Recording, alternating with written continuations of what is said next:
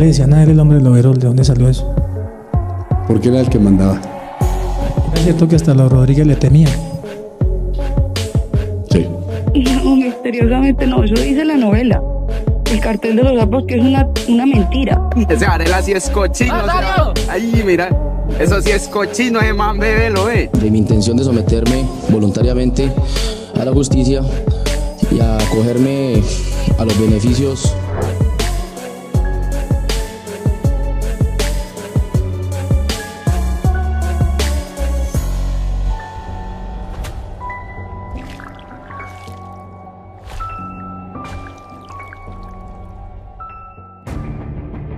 ...13 de noviembre de 1998... Cárcel La Modelo, Bogotá. Pabellón de máxima seguridad. Un hombre en silla de ruedas avanza por el corredor. Se llama José Manuel Herrera. Le dicen el inválido, aunque algunos afirman que su apodo real era el Entenado. Lo que sí es cierto es que era parapléjico y nadie lo requisa con demasiado cuidado. Después de todo, ¿qué puede hacer un hombre que no puede caminar? Orlando Henao Montoya, el hombre más poderoso del narcotráfico colombiano en ese momento, lo ve acercarse.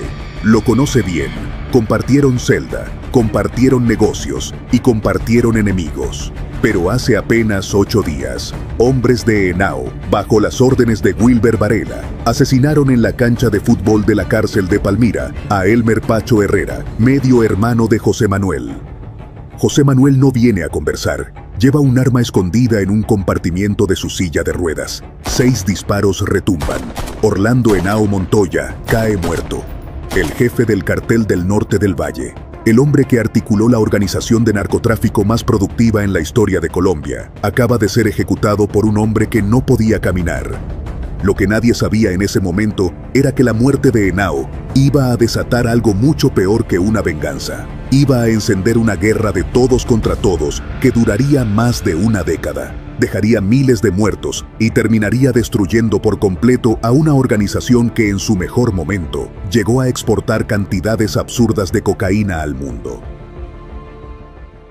Para contar esta historia hay que conocer a sus protagonistas, y no eran empresarios disfrazados de mafiosos. Eran ante todo hombres con pasados violentos y exmiembros de la policía que aprendieron a traficar cocaína. Orlando Henao Montoya, el hombre del overol, fue el eje alrededor del cual giró todo. Ex policía, después sicario desde muy joven. Junto a Hernando Gómez Bustamante, alias Rasguño, conformaron un dúo temible en sus años mozos. No, Orlando y yo empezamos juntos. Él y yo empezamos juntos hace muchos años. Y siempre estuvimos juntos hasta que él murió. Iván Urdinola Grajales, nacido en Cartago pero criado en El Dobio, fue uno de los narcotraficantes más brutales de la región. Lo apodaban el Enano o el Rey de la Amapola. Su matrimonio con Lorena Henao lo convirtió en cuñado de Orlando Henao, y esa conexión familiar fue clave para mantener la unidad del cartel. Era tan poderoso don Iván Urdinola que era amigo de Pablo Escobar, era amigo de los Rodríguez Orejuela, amigo del señor Elmer Herrera Vitero alias Pacho Herrera y amigo de José Santa Cruz Londoño y de los hermanos Castaño Gil. Efraín Hernández, alias Don Efra, llegó a ser el segundo al mando del cartel, y quizás el más elegante de todos. Era el socio clave de Orlando Henao en la cúpula de la organización, el hombre de confianza para los grandes negocios. Ex esposo de la modelo Sandra Murcia, poseía una fortuna inmensa y llevaba una vida que contrastaba con la brutalidad del mundo que habitaba. Yo manejaba muchas toneladas, Don Efra manejaba muchas toneladas. ¿Muchas toneladas? ¿Cuántos en una noche, por ejemplo, sacar aviones repletos de cuántas toneladas? En una noche sacar 8 o 10 toneladas. Wilber Varela, alias Jabón. Se dice que fue ex sargento de la Policía Nacional, aunque algunos aseguran que esto es solo un mito creado. Empezó trabajando con los Rodríguez Orejuela y después se convirtió en el cobrador y secuestrador personal de Orlando Henao. Su trabajo era simple y aterrador: secuestrar, torturar, expropiar y asesinar a narcotraficantes que no pagaban sus deudas. Ese oficio le permitió acumular una fortuna inmensa y un poder militar que nadie más tenía. Digamos a Lirio Roal.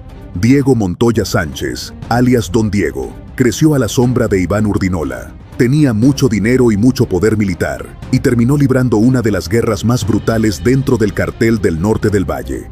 Juan Carlos Ramírez Abadía, alias Chupeta, inicialmente miembro del cartel de Cali y posteriormente de los del norte del Valle, era quizás el más astuto en los negocios. Se había sometido a múltiples cirugías plásticas para cambiar su rostro y sus huellas dactilares. Hernando Gómez Bustamante, alias Rasguño, compañero de aventuras de Orlando Henao desde los primeros años, fue el narcotraficante con mayor centralidad en toda la red. Según un análisis de la Universidad del Valle, Rasguño ocupaba el primer lugar en centralidad por intermediación, un indicador que mide cuántas conexiones pasan a través de una persona. En este punto clave estuvo por encima de Pacho Herrera, Diego Montoya y el propio Varela. Esto se debía a que jugaba en todos los bandos. Cuando las facciones se dividieron, Rasguño mantenía contactos con ambos lados. El día que pueda ser libre, nunca me alejaré de las dos. Víctor Patiño Fomeque, alias El Químico, también ex policía, inicialmente miembro del cartel de Cali y posteriormente de los del norte del Valle, tenía una gran influencia en el puerto de Buenaventura, que era la puerta de salida de la cocaína hacia el Pacífico. Eso lo hacía indispensable para todos. Lorena Henao Montoya, la viuda de la mafia, fue la única mujer en la cúpula del cartel y quizás la más subestimada de todos. Hermana de Orlando Henao y esposa de Iván Urdinola, su posición en el centro de esas dos familias la convertía en un nodo de poder que nadie podía ignorar. Henry Loaiza Ceballos, alias El Alacrán, era el hombre al que le encargaban lo que nadie más quería hacer. Llegó desde el cartel de Cali, donde controlaba el aparato militar, y cruzó al norte del Valle como socio directo de Orlando Henao e Iván Urdinola. Fundó grupos paramilitares en la región y junto a ellos sembró el terror en Trujillo, Río Frío y Bolívar durante años. Se presume que fue uno de los primeros en Colombia en usar motosierra para descuartizar a sus víctimas. El coronel Danilo González fue quizás el personaje más perturbador de toda esta historia. Oficial brillante, condecorado por el Congreso y por la propia DEA por su papel en la cacería de Pablo Escobar, era al mismo tiempo informante y operador de los carteles a los que supuestamente perseguía. Trabajó para los Rodríguez Orejuela, para Orlando Henao, para Jabón y para los paramilitares de Carlos Castaño. Y luego estaban los transportistas, hombres como Jorge Eliezer Asprilla, alias El Negro. Controlaba una flota de barcos, submarinos y lanchas rápidas con las que enviaba miles de toneladas de cocaína a México y Estados Unidos. Asprilla era el nodo central que conectaba a los productores colombianos con los compradores mexicanos como Amado Carrillo Fuentes, el clan de los Beltrán Leiva y Nacho Coronel. El cartel del norte del Valle no apareció de la nada. Se dice que ya crecía y se expandía lentamente desde los años 70. No fue solo una ala que se desprendió del cartel de Cali. Este tenía luz y vida propia desde hace mucho tiempo. Solo que a diferencia de los de Medellín y los de Cali, populares por su participación mediática en el mundo del narco, el cartel del norte del Valle, así como el poco conocido cartel de Bogotá, operaban con bajo perfil desde mediados de la década mencionada. Su semilla nació con la marihuana. Para esa época en el norte del Valle empezaron a ser conocidos nombres como Gerardo Martínez, alias Drácula, originario del municipio del Águila, o Carlos Jaramillo, alias Maluco, originario de Anserma Nuevo, quienes empezaron a disputarse el control de los cultivos y las rutas. Específicamente Drácula fue conocido por prestar servicios a Hernán Giraldo Serna para asesinar a enemigos y contradictores, fortaleciendo las relaciones entre el norte del Valle y la costa norte del país.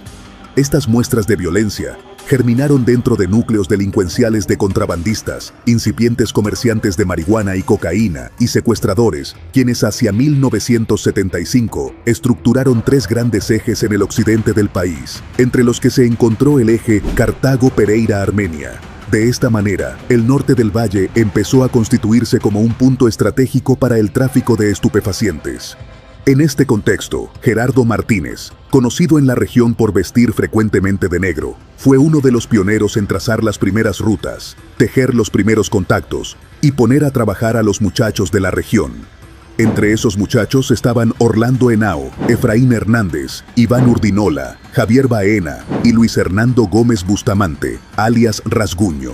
Cuando Drácula finalmente cayó baleado en Santa Marta, en 1978, esos muchachos supieron muy bien qué hacer con toda la incipiente red que quedaba a disposición en la zona. Por otro lado, los hermanos Gilberto y Miguel Rodríguez Orejuela, junto con José Santa Cruz Londoño y Elmer Pacho Herrera, también empezaron a construir desde los años 70 la organización de narcotráfico más sofisticada de Colombia. A diferencia de Pablo Escobar, que apostó por el terrorismo y la confrontación directa con el Estado, los señores de Cali prefirieron la corrupción silenciosa, infiltraron la política, la justicia y la policía, financiaron campañas electorales, compraron jueces y montaron una red de empresas legales, como Drogas La Rebaja, Laboratorios Cresfor y el Grupo Radial Colombiano, para lavar sus millones. Pero incluso el cartel de Cali necesitaba músculo, y ahí es donde entra Pacho Herrera.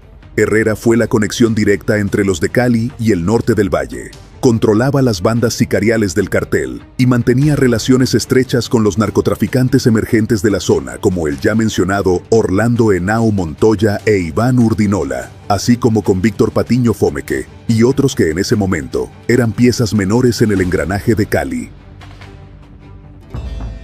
Para mediados de la década del 80, el poder de muchos de estos hombres ya se sentía fuertemente en la región. Si bien su relación con los de Cali fue bastante cercana, en algunos casos compartiendo miembros o procesos de expansión, la gente del norte tenía cada vez más razones para sentir que eran un poder con igual o más influencia en toda la región. Pero crecer en el norte del Valle en los años 80 no era sencillo. La región no estaba vacía, tenía dueños. Grupos guerrilleros ya hacían presencia en esas montañas. Tenían influencia en municipios como El Dobio, Río Frío y Trujillo. Para cuando los hombres del norte empezaron a querer más tierra, más rutas y más poder local, se encontraron con que los campesinos no querían venderles, y detrás de esa negativa estaba la presión de la guerrilla. Iván Urdinola lo entendió rápido. Su expansión desde El Dobio hacia el Cañón de las Garrapatas, ese corredor estratégico hacia el Pacífico que todos querían controlar, chocaba directamente con los frentes guerrilleros asentados en la zona. Los guerrilleros se oponían, y eso para Urdinola era un problema. Lo mismo ocurría con Henry Loaiza y Diego Montoya, que empezaban a acumular tierras y poder en el norte del valle, con una velocidad que incomodaba a muchos. Pero a diferencia del cartel de Cali, que prefería operar desde la distancia y la corrupción silenciosa, estos hombres querían algo distinto. Querían el poder local, el control directo de los municipios, y para eso necesitaban quitar a quienes se interponían. El conflicto ya había mutado en algo que nadie podía controlar del todo. Los narcotraficantes, que aparentemente venían siendo extorsionados por grupos subversivos, encontraron en esto una excusa perfecta para librar una guerra contra las guerrillas. Henry Loaiza, el Alacrán, empezó a capturar, torturar e interrogar a cualquiera que pudiera estar relacionado con secuestros atribuidos a las guerrillas. Y en esas sesiones apareció el nombre del padre Tiberio, párroco del municipio de Trujillo Valle. Alguien dijo bajo tortura que los fondos de cooperación internacional que manejaba el sacerdote para sus microempresas podían esconder dineros de rescates pagados a la guerrilla. Eso fue suficiente para el Alacrán, descrito por quienes lo conocieron como una persona impulsiva, demasiado impulsiva para tomar sus decisiones. El resultado de cada acto, tanto de la guerrilla como de los hombres pertenecientes al cartel del norte del valle, fue una espiral sin freno. Las guerrillas radicalizaron sus operaciones. Los narcos ambiciosos de tierra para consolidar sus corredores estratégicos luchaban por obtenerla, y el ejército respondió con planes contra insurgentes que criminalizaban cualquier forma de movilización social. Todos los conflictos convergieron en el mismo punto: el corredor estratégico de Trujillo, donde se cruzaban la política local, la guerrilla, el narcotráfico emergente y un Estado que no distinguía entre un campesino y un combatiente. Entre 1989 y 1990, el Alacrán y sus aliados desaparecieron, torturaron y asesinaron a decenas de personas en Trujillo y los municipios vecinos, entre ellas el padre Tiberio Fernández Mafla. Exactamente el 17 de abril de 1990, a raíz de la ejecución de uno de sus amigos del municipio, del señor Abundio Espinosa, el padre Tiberio se trasladó con miembros del equipo misionero a realizar las exequias en la ciudad de Buga, y al regresar al municipio de Trujillo, fue interceptado por el grupo de asesinos. Estos efectivamente capturaron ilegalmente al ingeniero Óscar Pulido, a su sobrina Alba Giraldo Fernández y al conductor Norbey Galeano y al padre Tiberio Fernández. Los hechos fueron confesados por el comandante paramilitar Pablo Cano ante la fiscalía, quien explicó cómo los torturaron, procediendo a desmembrar a toda la comitiva que ayudó en la simple realización de las exequias, en particular al padre Tiberio, a quien también lo castraron y luego arrojaron sus restos al río Cauca. Alertados por su desaparición, miembros de la iglesia y pobladores realizaron la búsqueda de estas personas. El único cuerpo que hallaron y lograron rescatar de las aguas del río, y que identificaron por unas placas que tenía en el cuerpo producto de unas cirugías, y por su corpulencia, fue el del padre Tiberio Fernández. Estos hechos fueron cometidos por un grupo criminal creado por el ejército y los narcotraficantes. Uno de los militares involucrados y acusado posteriormente fue el mayor Alirio Antonio Urueña. Le digo que eso fue una cosa desastrosa cuando nos desaparecieron a mi papá. Lo encerraron en una calle, 2 Toyotas con personas vestidas de militar y lo tiraron a un carro y se le sentaron encima y se lo llevaron. Lo que la historia registraría después como la masacre de Trujillo no fue un evento único, sino una secuencia sistemática de crímenes en los que participaron narcotraficantes, paramilitares y miembros de la fuerza pública. Trujillo fue el laboratorio, la demostración de que en el norte del valle, quien quisiera el poder tenía que estar dispuesto a todo. Algunos de estos nuevos poderosos hombres de la zona antes habían emigrado al departamento de Putumayo para acumular capital, aprovechando la bonanza cocalera en la región. De regreso, como los ricos emergentes, llegan de nuevo al norte del valle y centran sus prioridades en la adquisición de tierras, no solo para asegurar la implantación del negocio ilegal para su propio beneficio, sino para integrarse a las élites locales y regionales. El narcotráfico del norte del valle no se organizó propiamente por carteles como en el caso de Cali o Medellín. Durante la década de los 80, la organización era más fraccionada y respondía en lo militar a necesidades específicas de los capos de la droga, así como a delimitaciones territoriales y relaciones de patronazgo. Alrededor de esta consideración se establecían ejércitos particulares o privados que se encargaban de las funciones de protección o eliminación de aquello que se considerara tanto competencia como amenaza. Solo posteriormente a 1985, las jerarquías del narcotráfico en la zona del norte del valle se medían por la fuerza que representaran los jefes, tanto en su capacidad militar como en el grado de dominio territorial que lograran tener. Según entrevistas a personas cercanas a la formación del narcotráfico en esta zona, se asegura que ante el hombre del overol temblaban los Rodríguez Orejuela. ¿Por qué le decían a él el hombre del overol? ¿De dónde salió eso? Porque era el que mandaba. Esa es la verdad. Él era el que, en el sector de nosotros de norte del valle, era la persona que realmente tenía el mando y la vocería para cualquier situación que se presentara. ¿Era cierto que hasta los Rodríguez le temían? Sí. El primer hombre importante en tener dificultades fue Iván Urdinola, el rey de la amapola. A él le adjudican haber llenado el país de esa flor e introducir a Colombia en el negocio de la heroína.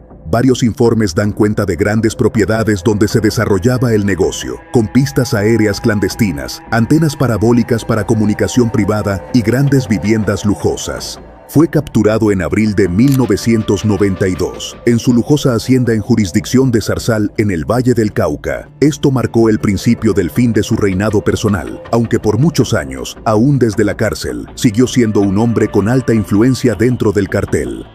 Don Iván tenía gran amistad con Pablo Emilio Escobar Gaviria, porque la guerra nuestra era con el cartel de Cali, no con el cartel del norte del Valle. Cuando don Iván llega a prisión, envía un abogado donde Pablo Escobar, yo recibo el abogado en la cárcel de la Catedral.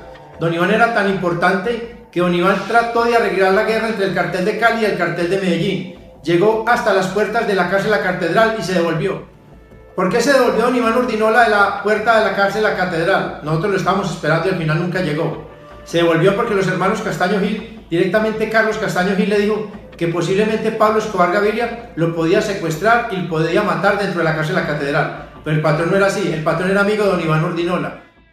Para mitad de los 90, mientras Pablo Escobar y los Rodríguez Orejuela libraban su guerra a muerte con bombas y sicarios, los del norte del Valle tomaron una decisión brillante. Prácticamente no participaron. Se quedaron callados, haciendo lo que mejor sabían hacer: mandar cocaína. Los del norte se dedicaron a producir y exportar cocaína hacia México en cantidades sin precedentes. Los narcotraficantes que operaban en el norte del Valle tomaron mayor fuerza a mediados de los 90, una vez desmantelado el cartel de Cali, lo cual les permitió apoderarse de las rutas que aquel manejaba y de la experiencia acumulada en sectores de la población, tras años de convivir con el negocio ilícito. Cuando Pablo Escobar fue dado de baja en diciembre de 1993, los Rodríguez Orejuela vieron una oportunidad. Sin su gran enemigo, pensaron que podían negociar con el Estado. Gilberto Rodríguez le repetía a sus abogados y amigos políticos: si se arrodillan a Escobar, que asesinaba, colocaba carros bomba y secuestraba gente importante, ¿por qué no van a negociar con nosotros que ayudamos a matar a ese bandido? Nosotros que somos gente de paz. La idea de entregarse y negociar con la justicia no era del agrado de algunos miembros en pleno ascenso del cartel de Cali, y mucho menos de miembros hechos y derechos dentro del cartel del norte del Valle. Así que todos estos se negaron a esa posibilidad. No estaban dispuestos a entregarse, no en ese momento, no cuando el negocio estaba en su mejor punto. Esa negativa fue paradójicamente lo que los unió. De hecho, según el estudio de Rodolfo Escobedo para la Fundación Ideas para la Paz, el factor que permitió que se consolidara en su punto máximo el cartel del norte del Valle fue la separación del cartel de Cali de un conjunto de narcotraficantes en ascenso que se negaron a la posibilidad de negociar con el Estado y que terminaron uniéndose a los grandes capos del norte del Valle. Y entonces el gobierno los ayudó sin quererlo. La administración Samper, presionada por el escándalo del proceso 8000, desechó cualquier posibilidad de negociación y orientó todos sus esfuerzos a capturar la cúpula del cartel de Cali. El general Rosso José Serrano, director de la Policía Nacional, con el respaldo de la Embajada de Estados Unidos, ejecutó los operativos y las capturas se sucedieron con una velocidad impresionante. El 9 de junio de 1995 cayó Gilberto Rodríguez Orejuela, el 4 de julio José Santa Cruz Londoño y el 6 de agosto Miguel Rodríguez Orejuela, y por su lado, Henry Loaiza, el Alacrán, se entregó el 19 de junio de 1995.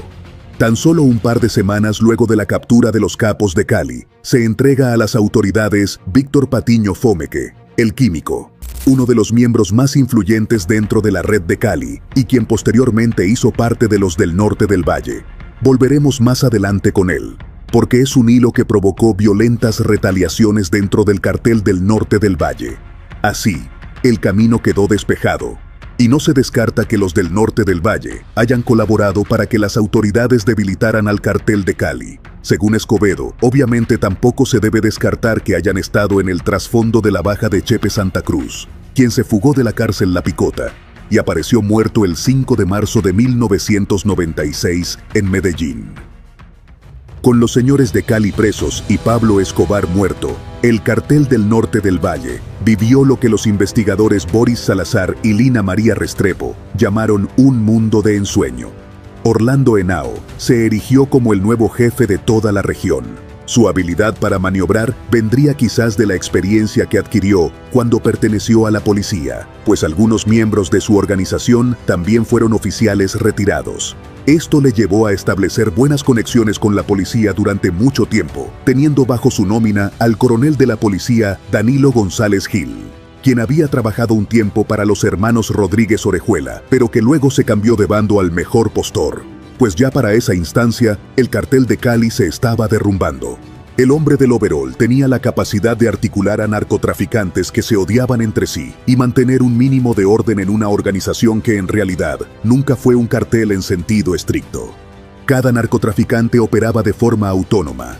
Tenía sus propios laboratorios, sus propias rutas, sus propios contactos, pero Henao era el árbitro, el regulador, el que impedía que se mataran entre ellos, y la producción alcanzó niveles absurdos. Rasguño, Chupeta, los Henao, Don Diego y otros más ponían la mercancía en partes iguales y los mexicanos la logística para recibirla. aviones de 4 motores despegaban de un pueblo cercano y surcaban los cielos con hasta 6.000 kilos de cocaína rumbo a México. La vía aérea se combinaba con la marítima, 6.000 kilos por aire y 6.000 por mar. Todo un consorcio de Lampa que a mediados de los años 90 solo tenía un propósito: inundar a Estados Unidos con su preciado alucinógeno. No era aventurado asegurar que tenían razón todos aquellos que se ufanaban, diciendo que Colombia era una especie de portaaviones del narcotráfico. La red del narcotráfico del norte del Valle llegó a tener 205 miembros identificados, con 446 vínculos entre ellos. Era un mundo pequeño. Cualquier par de narcotraficantes estaba separado por un máximo de 4 contactos. Esa cercanía les servía para hacer negocios rápidamente, pero también los hacía vulnerables, porque en un mundo tan conectado, encontrar a alguien para matarlo era cuestión de días. El control que ejercían sobre oficiales de la policía y el ejército, autoridades regionales y políticos locales era mucho más profundo y funcional que el que habían logrado sus predecesores.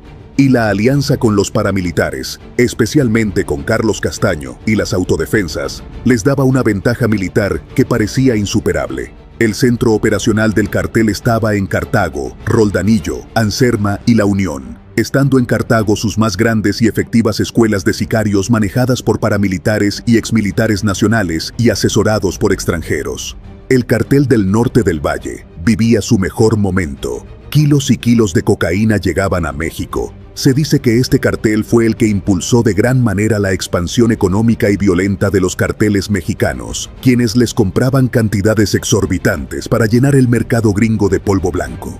Durante este tramo de la historia, exactamente en marzo de 1996, Chupeta, quien pertenecía inicialmente al cartel de Cali y ya empezaba a ser más cercano a los del norte del Valle, se entregó a las autoridades con el objetivo de someterse y acogerse a beneficios que ofrecía la justicia colombiana en su momento.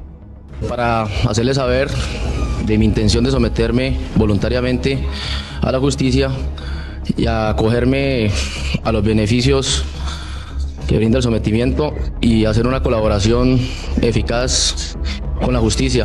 También volveremos con él más adelante, porque el rumbo de su vida tomó un giro bastante inesperado. Pero la estabilidad interna del cartel duró poco. La primera gran guerra del norte del Valle fue contra los restos del cartel de Cali, y en particular contra el clan de los Herrera, la familia de Pacho Herrera.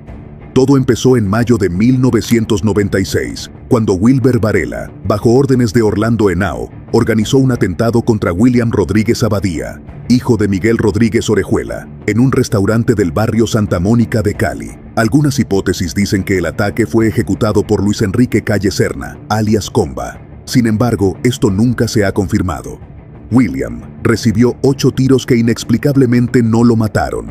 Quedó herido, pero murieron Óscar Echeverry, hermano de la esposa de Miguel Rodríguez, y 3 personas más. Recibí 2 en el abdomen, 1 en la ingle, recibí 1 en la rodilla, recibí 2 aquí. Ese atentado fue un campanazo de alerta para la cúpula del cartel de Cali, que estaba presa. Así lo documentó el periódico El Tiempo en su momento. Los vientos de guerra surgieron como resultado de un tenebroso ajuste de cuentas entre hombres de la mafia, y pone en evidencia que hay capos más poderosos que los propios jefes del cartel de Cali. La siguiente es parte de la transcripción completa de una de las comunicaciones entre Elmer Herrera y Miguel Rodríguez Orejuela. Vuelvo y le digo, estos resultaron peor que Pablo. Entonces lo que hay que hablar es con ellos. Ellos son nuestros amigos también. Y yo no sé qué buscan. La verdad es que yo no quiero morir, ni quiero que me maten mi familia, mucho menos a gente que no tiene nada que ver en esto. Pero pues esto es muy grave. Lo que ha pasado es una cosa que descojona a cualquiera. Yo anoche hablé con este señor. Le dije, mire, yo estoy incondicionalmente con el que tenga la razón. ¿Hablaste con quién? Con el que usted sabe, pues. ¿Con quién? Con el señor... ¿El del overol? Claro. Entonces le dije, pero yo lo que no creo que sea justo es que se le tire a la familia. Claro que eso fue una conversación muy somera y muy mala, porque pues usted sabe que por teléfono no. Entonces le dije, yo creo que debemos de ser pues, pensar con cabeza fría. Ellos acusan de que es que ustedes los han estado sapeando. Oiga, Pues yo sé que no. esa es la cosa más infame que pueden sacar, lo más infame. Pues es que eso no necesitamos ni decirlo. Yo le dije, si usted prueba eso, yo me pongo de parte suya. Pero la verdad, eso deben de haber pruebas. Y empezar a cometer esos actos así es muy berraco. Entonces yo lo único que le digo es que estamos en la sin salida. De hecho, la posterior entrega de Pacho Herrera a las autoridades, el 1 de septiembre de 1996, se explicó en buena medida porque su vida corría peligro afuera. A mí lo que más me presionó a entregarme es porque quiero arreglar mi problema judicial que tengan las autoridades en este país. El cartel del norte del Valle se apoderaba a fuego y sangre de la región. Todo aquel que se entregaba a las autoridades con el fin de lograr rebajas en sus penas, o de quien se sospechaba que estaba entregando información a las autoridades americanas, se convertía en un objetivo prioritario. No solo ellos, sus familias también sufrían las consecuencias. Uno más de la lista del que no hemos hablado es Efraín Hernández, alias Don Efra. Fue uno de los primeros que comenzó a sufrir las consecuencias de la autodestrucción que comenzaba a tomar forma dentro del cartel del norte del Valle. Don Efra era el segundo al mando del cartel, poseedor de una fortuna difícil de calcular y que lo convertía en uno de los hombres más poderosos de la organización. Manejaba un perfil bajo, relativamente desconocido, hasta que su ex esposa, la modelo Sandra Murcia, fue detenida en París y acusada de blanquear activos y complicidad con narcotraficantes, lo que encendió todas las alarmas sobre él. Se dice que su asesinato obedeció a que Orlando Henao descubrió que Don Efra planeaba convertirse en informante de la DEA. Entonces el hombre del overol usó a uno de los empleados de confianza de su propio socio para eliminarlo. Así de despiadado era el código interno del cartel. No había amistad, no había lealtad que sobreviviera a la sospecha de una traición. Don Efra, socio de Orlando Henao y hombre de alto poder dentro del cartel, fue ejecutado por órdenes de su propio socio, el hombre del overol. Para estas fechas, el cartel del norte del Valle había ejecutado tantos movimientos violentos dentro del cartel que la atención comenzaba a caer sobre su cabeza más visible, razón por la cual Orlando Henao tomó una decisión estratégica, buscando poder controlar todo desde otro ángulo, y el 29 de septiembre de 1997 se entregó a las autoridades siendo recluido en la cárcel La Modelo de Bogotá. El hombre del overol calculó que las rejas le ofrecían más seguridad que las calles y que finalmente desde adentro podía seguir moviendo todos los hilos de la organización, a la par que buscaba limpiar su nombre de cualquier acusación que existiera. Estando en prisión el hombre del overol, el cartel del norte del Valle queda bajo el mando de sus hermanos, Lorena Henao y Arcángel de Jesús Henao Montoya, alias El Mocho, quienes se apoyaron del lugarteniente de Henao, Wilber Varela, alias Jabón. Ante el actuar violento del cartel del norte del Valle, Elmer Pacho Herrera no se quedó quieto. Ya entregado y desde la cárcel, organizó un escuadrón con personas de Medellín para eliminar a Wilber Varela, quien ya empezaba a volverse supremamente relevante dentro de la organización. El 23 de noviembre de 1997, en la vía Arroso, cerca de Cali, el escuadrón tendió una emboscada. Varela quedó herido. Varios de sus guardaespaldas murieron, pero sobrevivió.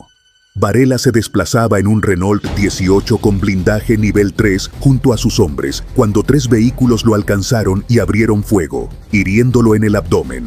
Lo que no contaban los agresores era que detrás del Renault venía un vehículo Toyota con más escoltas de Varela, quienes respondieron el ataque. En los días siguientes, los homicidios se dispararon.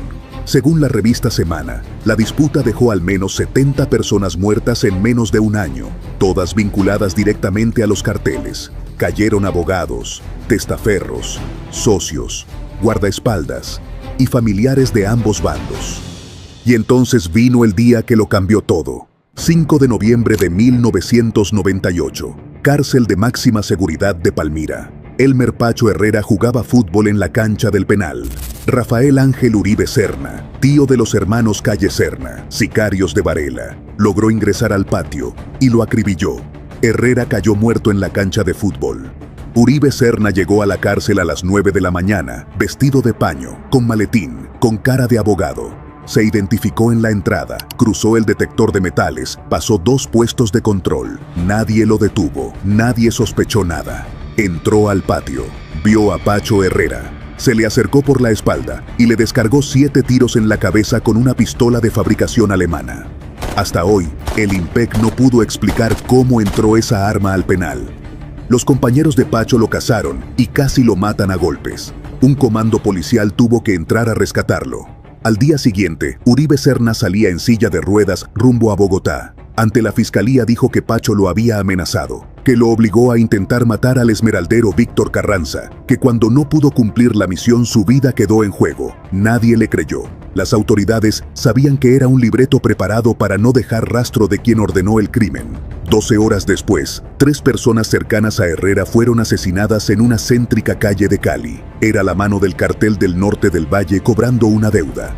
8 días después, como ya contamos al inicio, José Manuel Herrera vengó a su medio hermano matando a Orlando Henao en la cárcel La Modelo. Dicen que la forma en que José Manuel se ganó la confianza del hombre del overol fue aseverando que él también tenía disputas con su hermano Pacho, por lo cual su muerte le era totalmente indiferente.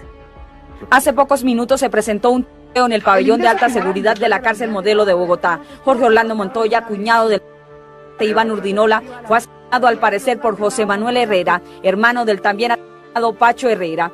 Jorge Orlando Henao Montoya se entregó a la justicia el 29 de septiembre de 1997. Las primeras versiones aseguran que el tiroteo entre el presunto Orlando Henao Montoya, señalado por las autoridades como jefe del norte del Valle, y José Manuel Herrera, quien se encuentra herido, se produjo como venganza del contra Pacho Herrera. Se acerca a don Orlando y le dice: don Orlando, siquiera mataron a ese hijo de puta de mi hermano, él me dejó solo en el accidente, él nunca me ha ayudado, se quedó con mi dinero, yo tengo gran odio por él, yo nunca le había dicho esto, no me interesa quién lo haya matado. Juan Manuel ya le había dado dulce a un hombre como el hombre del overol, increíble que se haya comido ese dulce. El 13 de noviembre de 1998, el lapidario para la familia Henao, todo el mundo sube a la parte alta del edificio en alta seguridad a jugar básquetbol. Y don Orlando se queda haciendo unos lapiceritos que él hacía ahí con cositas, los marcaba y cosas, y se queda también Juan Manuel. Juan Manuel se acerca en su silla de ruedas y por la espalda le pega 6 tiros con un revólver a Orlando Henao Montoya. El caso es que con la muerte de Orlando Henao, el hombre del overol, el capo de capos del cartel del norte del Valle, todo empezó a derrumbarse progresivamente. La muerte de Orlando Henao dejó un vacío de poder que nadie pudo llenar. Como explican Boris Salazar y sus colegas en su investigación sobre la red del norte del Valle, el cartel pasó de ser una organización de línea jerárquica, con un orden basado en la existencia de un líder que los cohesionaba a todos, a ser una agrupación desordenada de jefes iguales, cada uno al mando de sus propias redes productivas, comerciales, militares y políticas. La organización no tenía reglas para reemplazar al jefe desaparecido. No existía una comisión de jefes como en las mafias italianas, que pudiera arbitrar la sucesión. El resultado fue lo que los investigadores llamaron un estado de tensión permanente. Con todo esto, la organización se convirtió en una red cambiante de varias fuerzas que se expandía y se encogía de acuerdo con las presiones, conflictos, diferencias y alianzas que emergían. Una red que sencillamente podía ser usada dependiendo de las necesidades. Iván Urdinola, aún desde la cárcel, era respetado por todas las facciones, así que logró funcionar durante un tiempo como garante de un mínimo de unidad entre las facciones. El enano, cofundador del cartel, cuñado de Orlando Henao, era el único al que todos escuchaban. Capturado desde 1992 y condenado 2 veces, primero por narcotráfico, luego por su participación en la masacre de Trujillo, nunca volvería a ver las calles libres. El 24 de febrero de 2002, los guardias de Itagüí fueron a buscarlo para el conteo habitual. Lo encontraron en el piso de su celda, botando espuma blanca por la boca, convulsionando. El IMPEC difundió de inmediato la hipótesis de un envenenamiento. Se crea una leyenda urbana en el mundo de la mafia, de que doña Lorena envenenó a Iván Urdinola Grajales. Cuando don Iván murió, estaba totalmente falso, empezaron a decir que le había mandado una crema dental con veneno, eso no existe. El veneno es un arte, es muy difícil envenenar a una persona. Un hombre muy importante del norte del Valle, muy rico, le mandó a sacar muestras a Iván Urdinola Grajales de riñón, hígado y cerebro. Le sacó 3 pares de muestras. Unas muestras de estas fueron enviadas a una universidad de Cali, donde unos patólogos muy importantes las analizaron.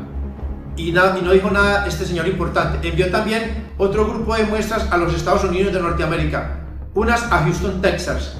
Llegaron los 2 resultados.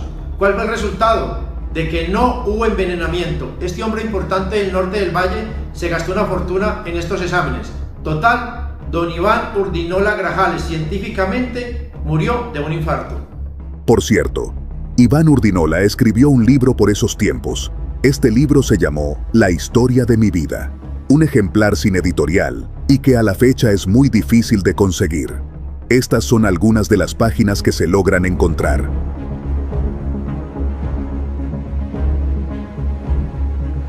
La guerra no estalló ese día, pero cuando Urdinola murió, la cohesión que se había mantenido saltó en pedazos. Ya no había árbitro, solo quedaban los que querían mandar. Todo el caos ya se vislumbraba, pues desde la segunda mitad de los años 90, Estados Unidos había cambiado su estrategia para combatir el narcotráfico colombiano. Pasaron de la guerra de aniquilación total como la que acabó con Pablo Escobar y metió presa a la cúpula de Cali a una política de negociación individual. La justicia estadounidense ofrecía rebajas de penas a narcotraficantes que delataran a sus socios, entregaran propiedades y cooperaran en procesos judiciales. Para una red basada en la confianza mutua entre criminales, eso fue una bomba nuclear. La simple posibilidad de que un socio estuviera negociando con la DEA, entregando nombres, rutas, laboratorios y contactos, generaba una paranoia que solo podía resolverse de una manera, matando al sospechoso antes de que hablara, y matando también a sus abogados, contadores, testaferros, familiares y amigos, para que no quedara nadie que pudiera confirmar lo que el delator hubiera dicho. De hecho, para esa época varios miembros importantes del Cartel del Norte del Valle gestionaron la posibilidad de realizar una negociación masiva con el gobierno norteamericano, incluyendo además a personajes como Don Berna y Carlos Castaño, pero esto finalmente no llegó a buen puerto. En Cartago, en el Vergel, estuvo de acuerdo Chupeta, Don Diego, Varela, Arcángel, Miguel Solano,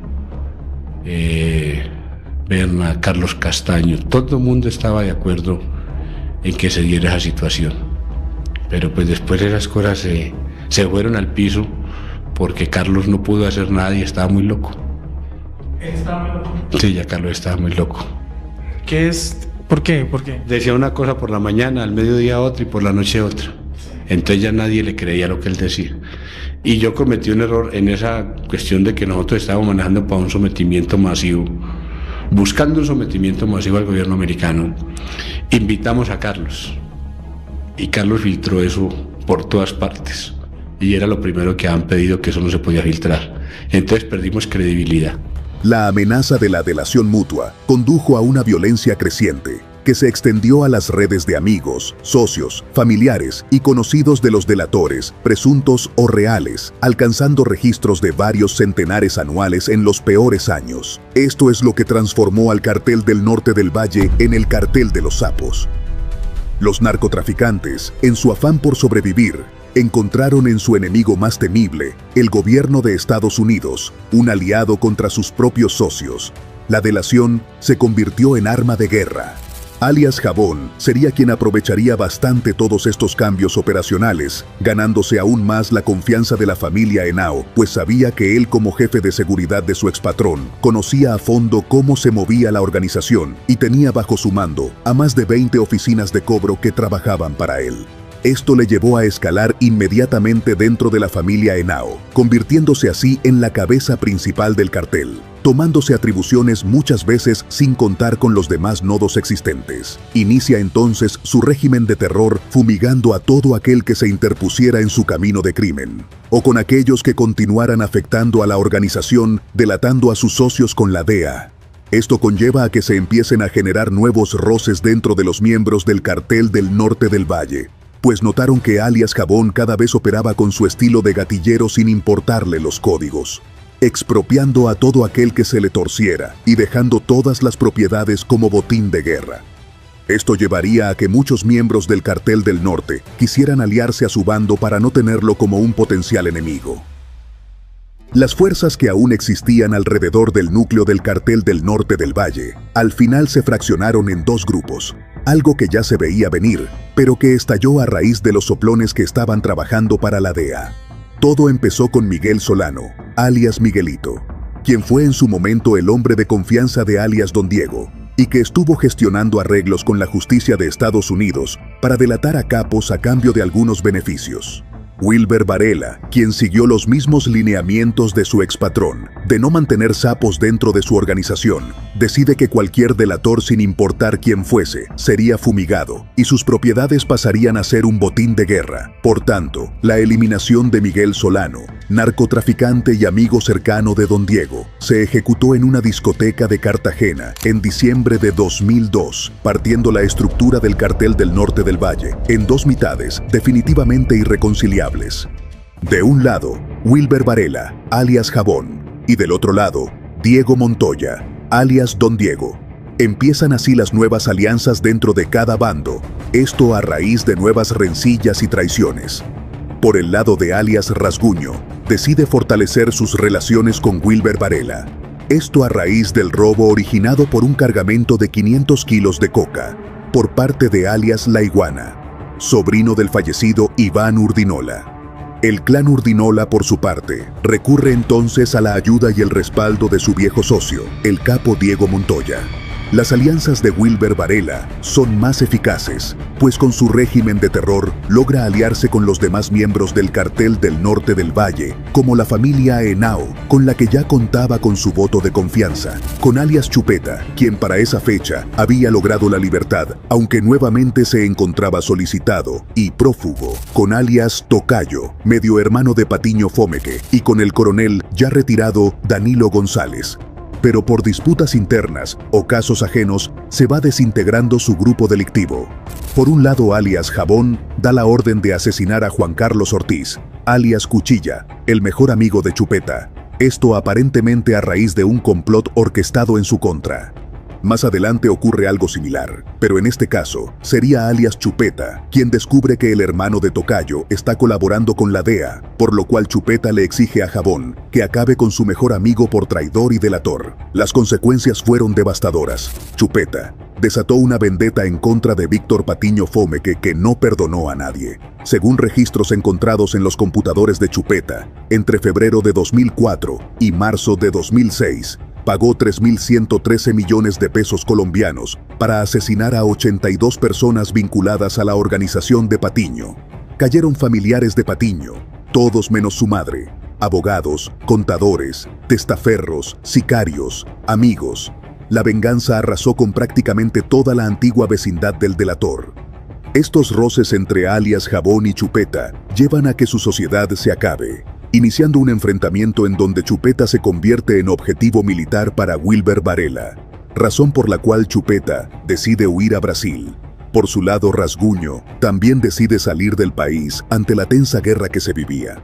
Con este panorama, la guerra casada se enfoca en dos personajes únicamente: Wilber Varela por un lado y Don Diego por el otro. La guerra fue total. En Cali, las disputas tomaron cuerpo a través de las oficinas de cobro. La oficina de los Varela, liderada por Lisandro Quintero González, alias Chano, tenía su centro de operaciones en el barrio Mariano Ramos. La oficina de los Guillos, al servicio de Diego Montoya, operaba con unos 50 hombres y se movía entre Mariano Ramos y Ciudad Jardín. La oficina de Tres Puntillas o La Negra, primero creada por el hijo de Miguel Rodríguez Orejuela y después heredada por Varela, dejaba una marca macabra en sus víctimas: 3 puntillas clavadas en el cráneo. Como estas, existían otras llamadas oficinas al servicio de los diferentes bandos del Cartel del Norte del Valle que hicieron parte de la vendetta entre Wilber Varela y Diego Montoya. El 13 de octubre de 2003, un grupo de pistoleros irrumpió en la discoteca Cañandonga en Cali y asesinó a 8 personas. En los meses siguientes se registraron 7 masacres más que dejaron 40 víctimas adicionales. Al final del mismo año, La Policía Metropolitana de Cali reconoció que el 30% de los 2.111 asesinatos cometidos en la ciudad respondieron a ajustes de cuentas del narcotráfico. En el norte del valle, la pelea era por el cañón del Garrapatas y sus cristalizaderos y laboratorios.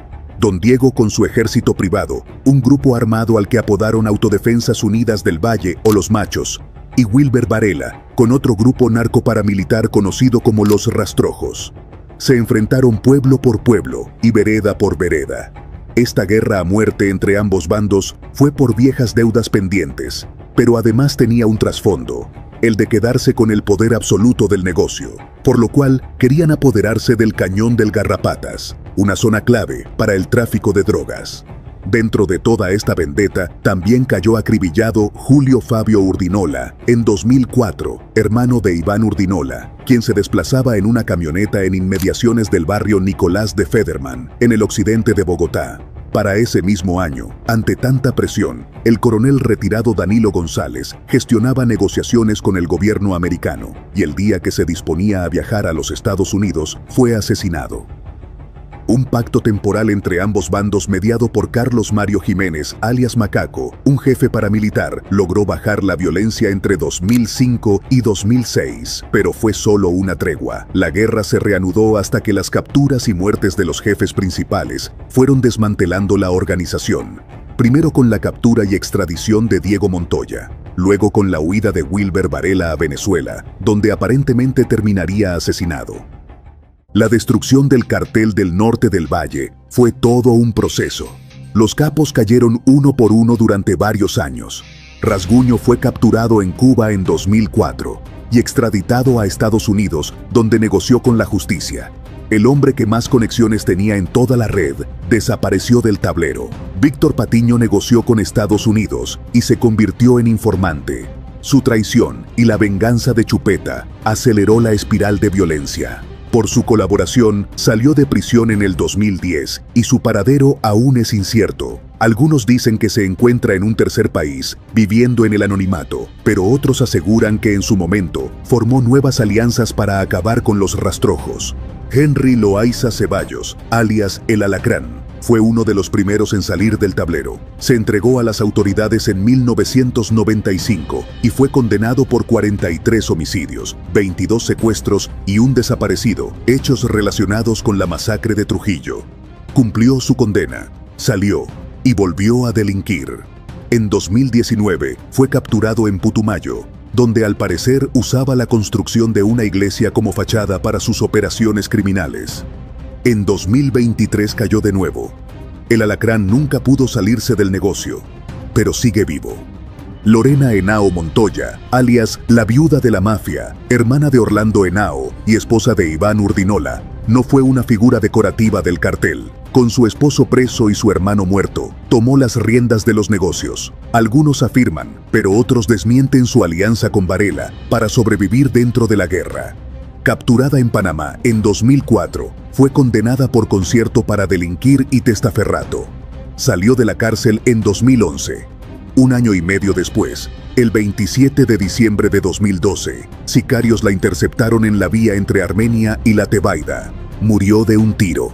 En la tarde de hoy fue asesinada Lorena Henao Montoya, viuda del narcotraficante Iván Urdinola Grajales. El hecho se presentó cuando salía de una hacienda ubicada entre La Tebaida y Armenia en el departamento del Quindío. Hombres fuertemente armados en una motocicleta, según las autoridades, le propinaron varios disparos en su cuerpo, causándole la muerte a sí mismo al hombre que la acompañaba. Una menor de 12 años de edad resultó herida en el ataque. Los móviles de su asesinato siguen siendo un misterio. Algunos aseguran que fue asesinada por el hijo de Julio Fabio Urdinola, en venganza, porque ella había dado la orden de asesinar a este último. Aunque su hija afirma que el día del atentado no iban por ella, iban por su compañero sentimental del momento. Mi mamá tenía una pareja que se llama Lucio Quintero. Era primo segundo de mi papá. Y en el momento que mi papá y mi mamá estuvieron juntos, él intervino en esa relación y eso nadie lo perdonó. Y él hizo cosas muy mal hechas y a él lo querían matar. Y a mi mamá se le dijo 50.000 veces, Lorena, no ande con ese señor, Lorena, no ande con ese señor, Lorena, no ande con ese señor. Y ella andaba con él para arriba y para abajo. A él lo iban a matar. Y en el momento que mataron a mi mamá, lo iban a matar era él. a él le metieron como 9 tiros y a mi mamá un tiro a la altura de la axila. Ella alzó el brazo seguro para defenderse y un solo tiro le perforó el pulmón y el corazón. En el cementerio de Paz de El Dovio, que los narcotraficantes Iván y Julio Fabio Urdinola mandaron a construir, hay varias tumbas en serie en las que están enterrados ellos mismos y otros familiares que pagaron el precio de las venganzas. Por las calles decían en ese tiempo que la banda criminal Los Rastrojos hizo saber que no dejarían vivo a ningún descendiente de los Urdinola, acusándolos de promover a la banda de los machos. Diego Montoya, Don Diego, fue capturado en septiembre de 2007 tras años de persecución. Su hermano Eugenio había caído meses antes. Posteriormente fue extraditado a Estados Unidos. Chupeta fue capturado en Brasil en agosto de 2007. Se había sometido a múltiples cirugías plásticas para cambiar su apariencia. Fue extraditado y condenado en Estados Unidos. Agentes de la DEA y la policía brasileña rodearon este lujoso condominio, donde hace una semana habrían localizado a Juan Carlos Ramírez Abadía, alias Chupeta, el narcotraficante más buscado del mundo. Juan Carlos Ramírez Abadía. El propio Chupeta reconoció que él era la persona que perseguían desde hace más de 10 años las autoridades internacionales. Y precisamente lo que más sorprende hoy a las autoridades son los muchos rostros de Juan Carlos Ramírez Abadía.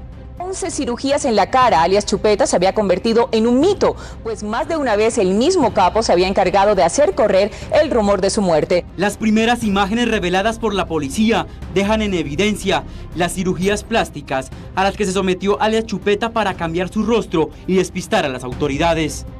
Wilber Varela pareció emerger como el gran triunfador. Había matado más rivales, se había apoderado de los bienes de sus víctimas, había impuesto su ley a sangre y fuego, pero el estado de guerra permanente terminó devorándolo también. Como mencionamos antes, en enero de 2008, fue encontrado muerto en Mérida, Venezuela. Su muerte siempre quedará marcada por la duda, pues algunos dicen que efectivamente murió ejecutado por sus propios hombres de confianza, los líderes de su grupo narcoparamilitar Los Rastrojos, los hermanos Calle Serna. La otra teoría dice que fingió su muerte como ya lo había intentado en el pasado.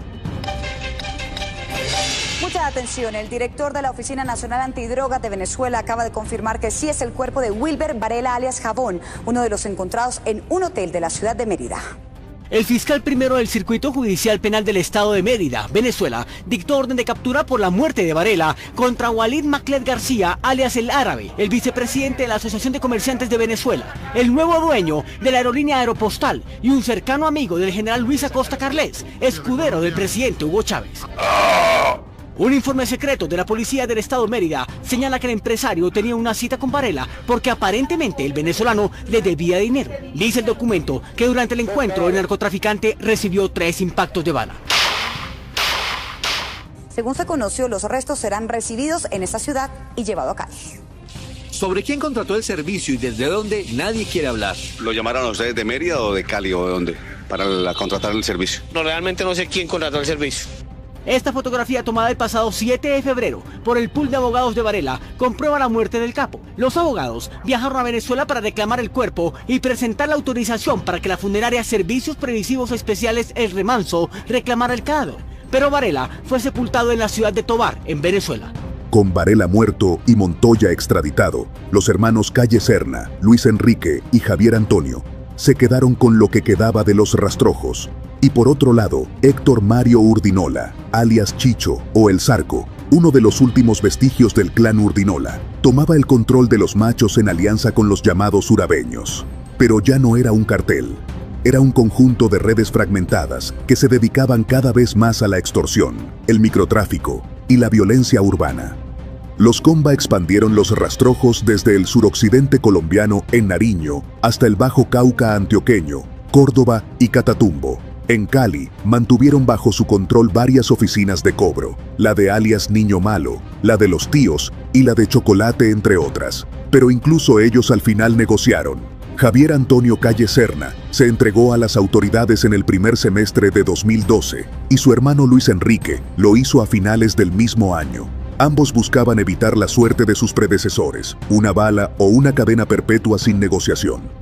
Y mientras los combas se entregaban, antiguos aliados de Diego Montoya como Greylin Fernando Barón, alias Martín Bala, regresaron a la escena, esta vez aliados con los urabeños, para intentar recuperar territorios y bienes perdidos. En 2013, en una entrevista que le hicieron a Sirleni Urdinola, familiar de Iván Urdinola, expresó lo siguiente: todo empezó entre alias Jabón y la viuda de Iván, Lorena, porque ella empezó a reclamar bienes que él había regalado. Jabón mató a un sobrino mío y se desató la guerra, más que todo por la envidia entre los hombres. Machos, rastrojos, todo viene desde allá, y también tienen que ver las desmovilizaciones de paramilitares sin que quedaran con algo que hacer. Simplemente cambiaron de nombre, y para rematar se aliaron con los viciosos y la escoria de las ciudades. Unos desgraciados que obligan a las señoras que venden arepas a darles 3,000 pesos diarios. El coeficiente de clustering de la red del norte del valle, un indicador de qué tan interconectados están los miembros, era de 0,681, un valor alto que muestra una red bastante condensada. Todos estaban cerca de todos. Eso hacía que los negocios fueran eficientes, pero también que la violencia se propagara como un virus. Y cuando la red original fue destruida, los fragmentos mutaron en nuevas redes, más pequeñas, más locales, más violentas, con menor capacidad de exportación, pero mayor incidencia en la vida cotidiana de las ciudades. Las estrategias de destrucción que funcionaban para una red específica resultaban inútiles contra las redes mutantes que surgen de los restos de las destruidas. La historia del Cartel del Norte del Valle no es solo la historia de unos narcotraficantes. Es la historia de un país que nunca ha podido o no ha querido resolver las condiciones que hacen posible que organizaciones como esta nazcan, crezcan, se destruyan y vuelvan a nacer una y otra vez, bajo formas distintas, pero con la misma lógica brutal. Y si quieren que profundicemos en alguno de los personajes de esta historia, la vida de Wilber Varela, la guerra entre los machos y los rastrojos, o la historia de las oficinas de cobro en Cali, déjenlo saber en los comentarios. Este tema da para mucho más. No olviden suscribirse al canal. Nos vemos en el próximo.